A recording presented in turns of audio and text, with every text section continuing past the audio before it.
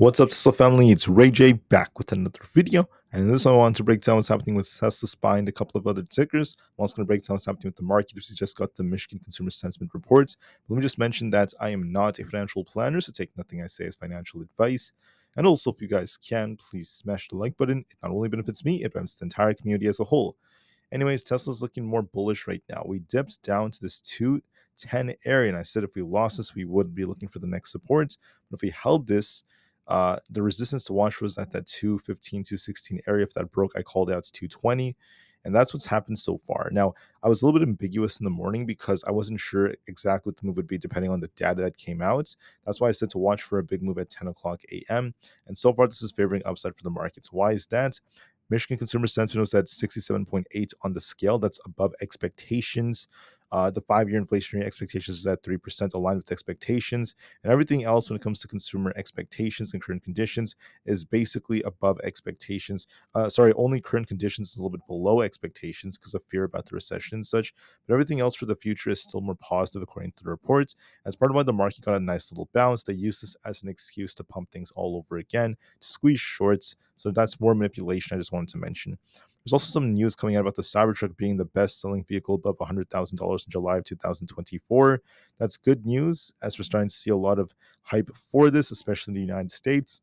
And with the hype that's coming up, we're starting to see a lot more sales, at least for Tesla, that are continuing to increase. So that's good news, at least for Tesla moving forward, as we're starting to see hype involving the Cybertruck.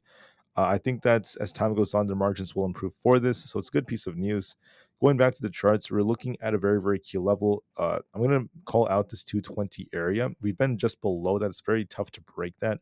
If it breaks, I'd be looking for 222 for Tesla, very close to this imbalance. And if 222 breaks, our next target is going to be all the way up towards 225, followed by the 230 area. So we're looking bullish right now. We're trying to form a nice accumulation. Tesla is getting bought up very, very nicely. We did dip in the morning, but I said to watch support, look for a big reaction after the data, and so far we got bought back up for the overall markets. The daily on Tesla is also quite bullish looking, so it looks pretty good right here as we're filling these gaps. And this imbalance could take us all the way up to 227. So, like I said, we are looking bullish. We look very bullish, making a nice move. I'm liking the setup, so far so good. The hourly looks pretty good as well. The hourly shows this little dip that came only for us to bounce. So very, very nice move for Tesla in my opinion. Now the question is, can we hold this structure? And if we do, how high will we go? We still favor major upside from here, so we look really nice on the charts.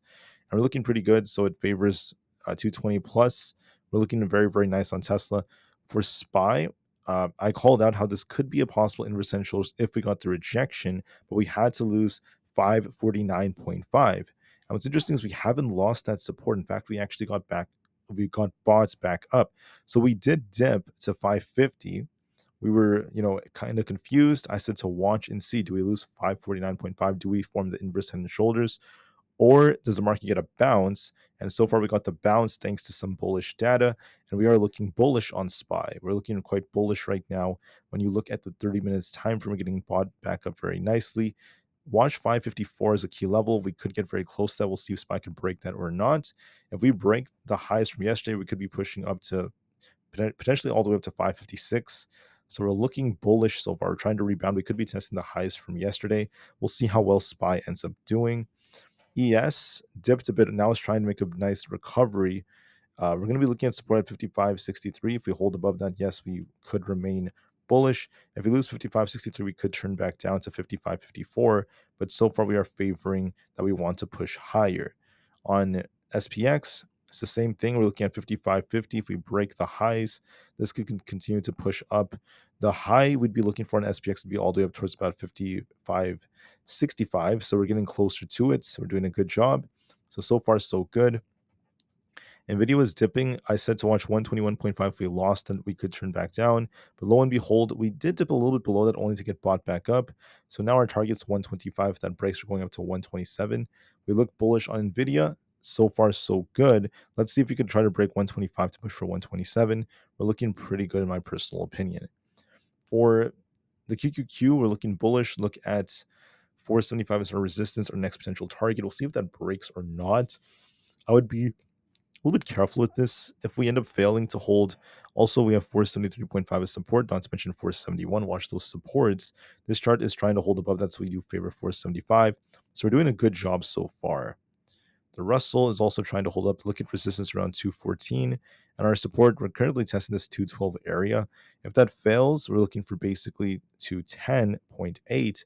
But I would say this chart could tip a bit only to bounce higher, and we could continue to push for 215 plus.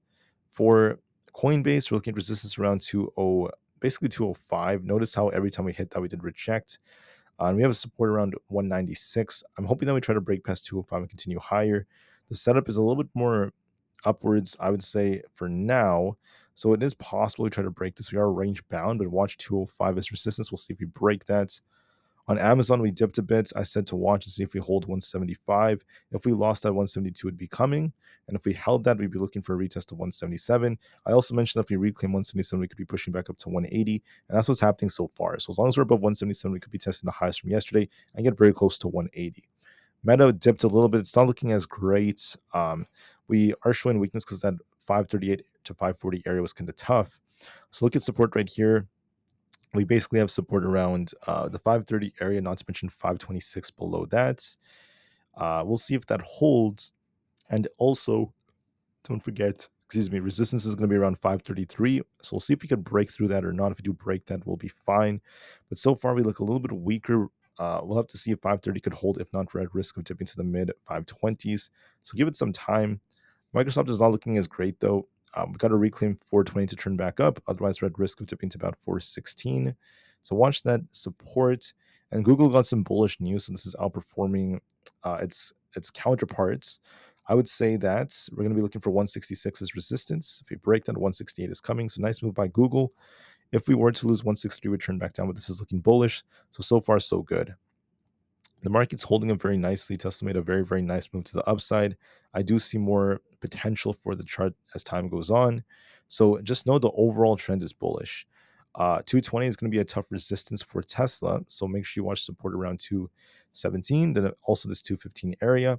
But just know when you zoom out, we are bullish on Tesla. If you look at the 4-hour time frame, we still look bullish, and there's a lot of potential for this to continue to push these imbalances. So I see more upside potential, but for now, 220 is going to be tough. I think Tesla could eventually try to break the 220s.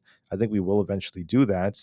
So there could be more buying opportunities, but I just want to say that for now, with Tesla kind of shuffling here, I think we could push higher later on, and we'll watch it through these levels. Just know the chart and the direction is more upwards for now.